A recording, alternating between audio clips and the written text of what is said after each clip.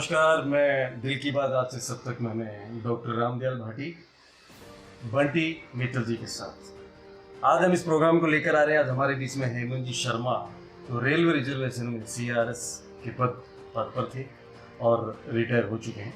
आज उनकी एक मैं क्वालिटी और काबिलियत से आपको रूबरू करवाना चाह रहा हूँ कि हिंदी जगत में, हिंदी फिल्मों की जगत में जिन्होंने तो जयपुर के क्षेत्र में जिन्होंने बहुत काम किया, हॉलीवुड, डॉलीवुड, जितने भी बॉलीवुड की मूवीज़ है, सबसे बड़ी चीज़ मैं बता दूं आपको कि कर्ण अर्जुन, कलिंगा जैसी फिल्में ये हेमंत जी ने कई वो अच्छा करेक्टर किया। और इसके अलावा मैं और बता दूं आपको कि जयपुर दूरदर्शन के ये किंग रहे हैं। जयपुर दूरदर्शन का ऐसा कोई सीरियल नहीं जो इन्होंने नहीं किया हो। और इसके अलावा एड फिल्में की, ऐड किए, और जो इन्होंने जो क्वालिटी जो इनमें उत्पन्न हुई है, उन क्वालिटी को देख के हमारा मन तो इतना अंदर से गलगलाहट हो चुका कि हमने तुरंत हेमंत जी को फ़ोन किया कि सर हम आपसे मिलने आ रहे हैं और आपके अंदर जो दिल, आप जो लोगों को जो बात दिल की कहना चाहते हैं और हमारे दिल की बात सुनना चाहते हैं। तो दोस्तों आज हमारे बीच में है हेमंत जी को नमस्कार। नमस्कार सर, दिल की बात में आपका ढेर सारा स्वागत और सम्मान है। तो सबसे पहले तो मैं निवेदन करना चाहूँगा कि आपका जो सफ़र फिल्मों का शुरू हुआ रेलवे से लेकर के, बताइए सर। सबसे पहले तो मैं दिल की बात के इस चैनल को और भाटी जी को बहुत बहुत धन्यवाद देता हूँ और यही प्रार्थना कर रहा हूँ ईश्वर से कि आपका चैनल खूब आगे बढ़े और भाटी जी का जो एक व्यवहार है, जिस तरह से लोगों से मिलना, उनके इंटरव्यूज़ लेना, जैसे आज यहाँ आए तो मैं बहुत इम्प्रेस हूँ इनसे। और मैं अपनी छोटी सी एक जीवन की एक जो सफ़र की एक कथा है वो आपको सुना रहा हूँ। दरअसल जैसा आपने पूछा भाटी जी कि मेरा सफ़र कैसे शुरू हुआ, तो मैं बता दूं कि वैसे तो हर आदमी को बचपन में शौक़ रहता है खेलने कूदने से लेके गाने बजाने का। मैं भी उन्हीं में से एक था। लेकिन जॉब करते करते आप इस दूरदर्शन और फिल्मों के मीडिया में आके अपना कहीं स्थान बनाना, जगह बनाना, ये कुछ तो ईश्वर की कृपा होती है, कुछ हल्की फुल्की यार दोस्तों की मदद होती है और कुछ भाग्य होता है। तो मैं दोनों तीनों का आभारी हूँ। और एक कुछ चक्कर सर ऐसे होते हैं कि जैसे फिल्मों में जाना एक आत्मीयता प्रेम होता है, एक घर के जो गार्जियंस होते हैं, जैसे आपके पापा के जो फ्रेंड थे दान जी जी जो म्यूजिक वगैरह देते थे, मैंने सुना उनका घर आना, घर आकर फिल्मों की बातें करना, और वो आपको यहाँ पर बैठी कि काश हम भी वहाँ होते तो कितना आता। वो एक बताइए। जी सर, वो उसमें ये था कि दान सिंह जी बहुत अच्छे म्यूज़िक डायरेक्टर थे और राजस्थान के ही थे और मेरे फादर के अच्छे दोस्तों में से थे। तो अक्सर वो जब भी बॉम्बे से आज जयपुर आते थे तो मेरे फादर भी अपने पुराने यार दोस्तों के साथ, हम उम्र लोगों के साथ में एक महफिल जमवाया करते थे। उसमें उनका म्यूज़िक तो होता ही था दान सिंह जी का।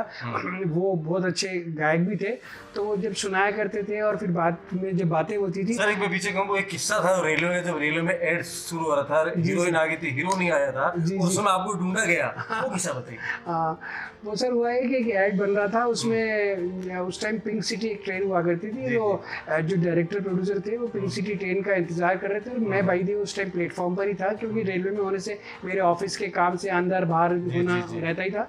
तो मैं भी पिंक सिटी के टाइम में प्लेटफॉर्म पे ही खड़ा हुआ था। उसमें एक मॉडल आने वाले थे कोई ऐड करने के लिए, तो लेडी कैरेक्टर तो आ गया लेकिन जेंट्स कैरेक्टर नहीं आया। तो वो बड़े टेंशन में आ गए क्योंकि सेटअप लग चुका था और उनको बहुत ज़रूरत थी कैरेक्टर की। तो उन्होंने मुझे देखा, उन्होंने कहा कि एक मिनट आप आएंगे, थोड़ा सा एक ऐसा हम चाहते हैं, आप कर सकते हैं? मैंने कहा ठीक है, मैं कर लेता हूँ। जी। तो वो सीन मतलब 1-2 टेक में हो गया कुल मिला के। उसके 15-20 दिन के बाद में जयपुर दूरदर्शन के एक प्रोग्राम एग्जीक्यूटिव थे मिस्टर त्रिपाठी, वो अपना कुछ रिजर्वेशन के काम से जयपुर स्टेशन पर आए। मेरी उनसे मुलाकात हो गई। तो हुआ ये कि उसमें कुछ टाइम लग गया, लाइट चली गई, ऐसा कुछ हुआ। तो मैंने कहा कि सर आप चाय पी लेते हैं अपन। तो बाहर प्लेटफॉर्म पे हम चाय की दुकान पे चाय पीने लग गए। तो मैंने उनसे पूछा पैक्स का क्या मतलब होता है सर, क्या होता है ये? तो बोले कि हम जो है ना प्रोग्राम एग्जीक्यूटिव कहलाते हैं और हम एक प्रोग्राम करते हैं, उसका मैं हेड हूँ। तो मैंने कौन सा प्रोग्राम करते हैं आप? तो बोला मैं चौपाल प्रोग्राम करता हूँ। तो मैंने हंसी मजाक में कह दिया, मैंने कहा साहब इतनी खराब शक्ल तो हमारी भी नहीं है, मतलब चौपाल में तो हम आ ही सकते हैं। तो बोले कि नहीं, हमको उस तरह का व्यक्ति चाहिए जो राजस्थानी में बहुत अच्छे से बोल सके, कमांडफुल बोल सके। तो उनको उम्मीद नहीं थी कि आप राजस्थानी बोल पाओगे? हाँ, उनको उम्मीद नहीं थी। तो मैंने फिर चाय, मैंने कहा उसी टाइम इनको कुछ उदाहरण देना पड़ेगा, तो मैंने उसी टाइम चाय वाले से कहा मैं कि भैया जल्दी कर दे, भीड़ लाग रही है हमारे ऑफिस का मायने। तो वो उन्होंने मेरे को देखा कि आप राजस्थानी बोलते हैं। मैं कहा साहब मैं बोलूँगा, मेरे फादर जयपुर के हैं, मेरी मदर सिखावाटी की है, मैं हिंदी तो जनरल बोलते ही हैं लेकिन राजस्थानी में मेरा वो कमांड है। तो उन्होंने तो साहब बिल्कुल टाइम ही नहीं लिया, चाय भी मेरे ख्याल से आधा कप ही पिया, और उन्होंने अपने ड्राइवर को बुलाया, ब्रीफ केस में से एक फाइल निकाली और उसमें एक कॉन्ट्रैक्ट निकाला, बोले आप है ना चौपाल में एज ए स्टॉक आर्टिस्ट काम करेंगे। तो मैं क्योंकि पहली बार मेरा चौपाल का एक्सपीरियंस होने वाला था, तो मैंने कहा सर ये स्टॉक आर्टिस्ट क्या होते हैं? बोले ये ऐसे होते हैं जो आपको कुछ बात समझ में नहीं आ रही उसको मतलब इंटरप्ट करते हैं और उसके बारे में दोबारा पूछते हैं, लेकिन वो राजस्थानी भाषा में होना चाहिए। तो लेकिन वो भी मैं कर दिया, उनको सेटिस्फाई हो गया, तो उन्होंने कहा कि ठीक है। तो मैंने करीबन 2 साल के करीब चौपाल कार्यक्रम में सफर चला दूरदर्शन का। दूरदर्शन में सीरियल भी आपने किए, अच्छे सीरियल किए जो नामो निशानी के जी जी जी जी कि वो सीरियल किए। सीरियल करने के बाद में जिस तरह से आपने फिल्म की कर्ण अर्जुन, जी जी, कर्ण अर्जुन में कौन सा कैरेक्टर था आपको बताइए। एक्चुअली करण अर्जुन में एक गांव वाले का कैरेक्टर था, क्योंकि मेरा बेस चौपाल था ना, तो मुझे गांव की भाषा, गांव के लोगों का कैरेक्टर, गांव के लोगों का फिगर कैसे क्या मतलब एक थोड़े उनके बारे में स्टडी सी हो गई थी। तो राकेश जी ने मुझे कहा कि आपको मैं डायलॉग इतने नहीं दे पाऊंगा, लेकिन मैं आपको 2 डायलॉग दूंगा, लेकिन उसको आप थोड़ा करके बता सकते हैं। तो मैंने मेरे 2 डायलॉग ही है, लेकिन वो गेटअप देख के और थोड़ा राजस्थानी लुक, पिक्चर देखी थी लेकिन जो भी 2 डायलॉग जो दिए ना एक उसको मोटिवेशन दिलाते हैं। हाँ, केवल एक बंदा एक फिल्म में काम करता, छोटा सा कैरेक्टर करता है लेकिन साथ जाता फिल्म। जी जी, वही कैरेक्टर जो आपने सलमान और शाहरुख के साथ जो किया है वो मैंने देखा है, मेरी फिल्म भी देखी है। He is very nice and dialogue is a very और उसके बाद फिर आपने कलिंगा की थी दिलीप साहब के साथ, जी जी, इंस्पेक्टर का कैरेक्टर। हाँ, वो भी एक मोटिवेशन देने वाला है। बिल्कुल बिल्कुल सर। वो सफर कैसे चला कलिंगा वाला? वो सर ऐसा चला कि मैंने बताया ना कि मैं रेडियो स्टेशन पे ऑडिशन दे चुका था, तो वहाँ के रेडियो स्टेशन के एक शकीब साहब थे, वो भी प्रोग्राम एग्जीक्यूटिव थे। तो दिलीप साहब का उनसे कुछ घरेलू संबंध का कुछ दोस्ताना था, तो उन्होंने, मैं जब प्रोग्राम देने गया हवा महल का जो प्रोग्राम होता है, तो वो बोले कि हेमंत कल क्या कर रहे हो तुम? मैंने कहा सर फ्री हूँ। बोले आप एक काम करिए, दिलीप साहब से जाके मिलिए, मैंने आपके बारे में कुछ उनको बताया है। तो मैं सर मिल लूँगा जाके। तो मैं उनसे मिला, तो उन्होंने मतलब उनको देखने के लिए हज़ारों आदमियों ने भीड़ लगा रखी थी, लेकिन उन्होंने एक मेकअप मैन को बुलाया और ये कहा कि इनको एक पुलिस इंस्पेक्टर की ड्रेस पहना दीजिए और फिर मेरे पास भेजिए इनको। तो मैं पुलिस इंस्पेक्टर की ड्रेस पहनने चला गया। जब मैं ड्रेस पहन के आया तो जो दिलीप साहब को घेर रखा था लोगों ने, करीबन 400-500 आदमी थे उस टाइम।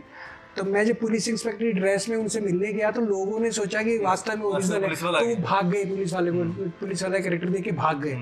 यही बात दिलीप साहब को अच्छी लगी और उन्होंने कहा तुम मेरे साथ में काम कर रहे हो, और इंशाल्लाह बहुत अच्छा ट्रीटमेंट मिला मुझे, बहुत ज़्यादा ट्रीटमेंट मिला। इवन उन्होंने मेरे को डिनर पे नवाब साहब की हवेली में बुलाया और बहुत ज़्यादा प्यार दिया। चलता रहा, यादें आती रही, गुनगुनाती बीज बोते चले गए। उसके बाद में जो कलिंगा का जो सफर के बाद में कौन कौन सी फिल्में की वो बताइए सर। इतनी फिल्में हो गई हैं वैसे तो, लेकिन मैं बता रहा हूँ फिल्म है वो बताओ ना। जैसे कलिंगा के बाद मैंने बवंडर सीरियल किया, बवंडर फिल्म करी, हाँ जगमोहन मुंद्रा की करी, भूल भुलैया की, इसकी टोपी उसके सर की, कंगना फिल्म की, और राजा का बाजा मतलब मैंने करीबन 20-25 सीरियल कर लिए।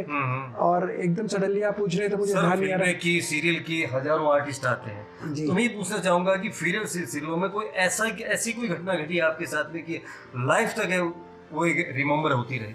हाँ बिल्कुल, ऐसी तो कई घटनाएं होती हैं, लेकिन एक घटना ऐसी थी, मैं प्रोड्यूसर डायरेक्टर का नाम नहीं बताऊंगा। मैं शूट पे लोकेशन पे पहुंच गया, जिस भी कंडीशन में पहुंचा मैं उसको भी बयान नहीं कर सकता, लेकिन वहाँ पहुंचने के बाद में क्योंकि मैं जयपुर से था तो मुझको उन्होंने मतलब बहुत ज़्यादा अंडर एस्टिमेट ले लिया, और उन्होंने मेरे को मेरा होटल से, जिस होटल में मैं ठहरा हुआ था, जिसमें यूनिट ठहरी हुई थी, मैं भी एक रूम में था, लेकिन वो प्रोड्यूसर डायरेक्टर ने एक ऐसे व्यक्ति को, ऐसे आर्टिस्ट को वैल्यू देने के लिए मुझे कहा कि आप होटल खाली कर दीजिए, आप किसी दूसरी जगह जाके ठहरिए।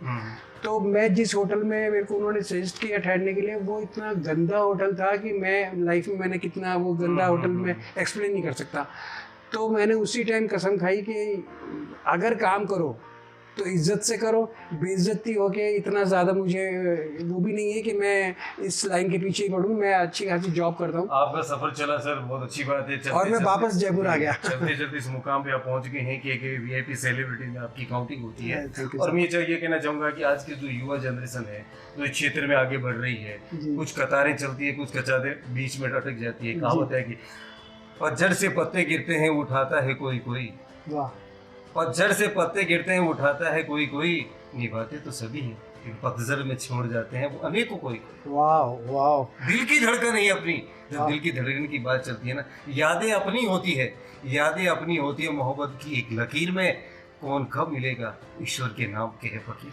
क्या बात है तो सर। सर मैं इसी कड़ी वही बात आपको ये कहना चाहूंगा, आने वाली युवा पीढ़ी जो जनरेशन जो फिल्मों में काम कर रही है, आगे बहुत कुछ करना चाहती है, उस युवा पीढ़ी को आप क्या कहेंगे बताइए। भाई मैं तो युवा पीढ़ी को यही कहूँगा कि ये लाइन जो फिल्म लाइन है ये इतनी इजी नहीं है जितना अपन लोग स्क्रीन पे देखते हैं एक्टर्स को, या उनकी बायोग्राफी पढ़ते हैं, या उनके बारे में सोचते हैं, सुनते हैं। स्ट्रगल बहुत ज़्यादा है, कंपटीशन आजकल सबसे ज़्यादा हो गया है। तो एक कैरेक्टर के लिए पहले तो ठीक है गिने चुने 5-7 आर्टिस्ट होते थे जो ऑडिशंस देते थे, अब एक कैरेक्टर के लिए 50 आर्टिस्ट पहुँचते हैं, और उसके अंदर भी आपका सिलेक्शन हो जाए, इट इज़ योर लक।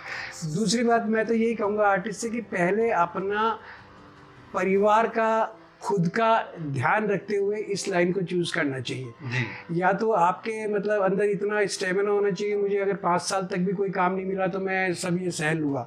लेकिन आज का टाइम ऐसा है कि पहले अपनी लाइफ के बारे में सोचो, परिवार के बारे में सोचो, शादीशुदा हो तो बच्चों के बारे में सोचो, उनकी लाइफ के बारे में सोचो। अगर वो सब कुछ सेट है और आप सपोर्ट कर रहे हैं आपको कुछ भी किसी भी कंडीशन में, तो आप आगे बढ़िए।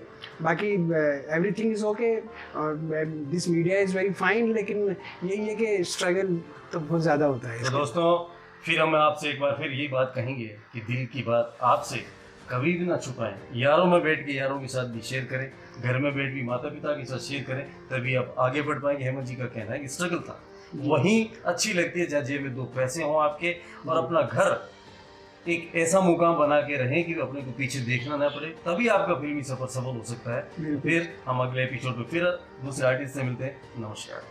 नमस्ते।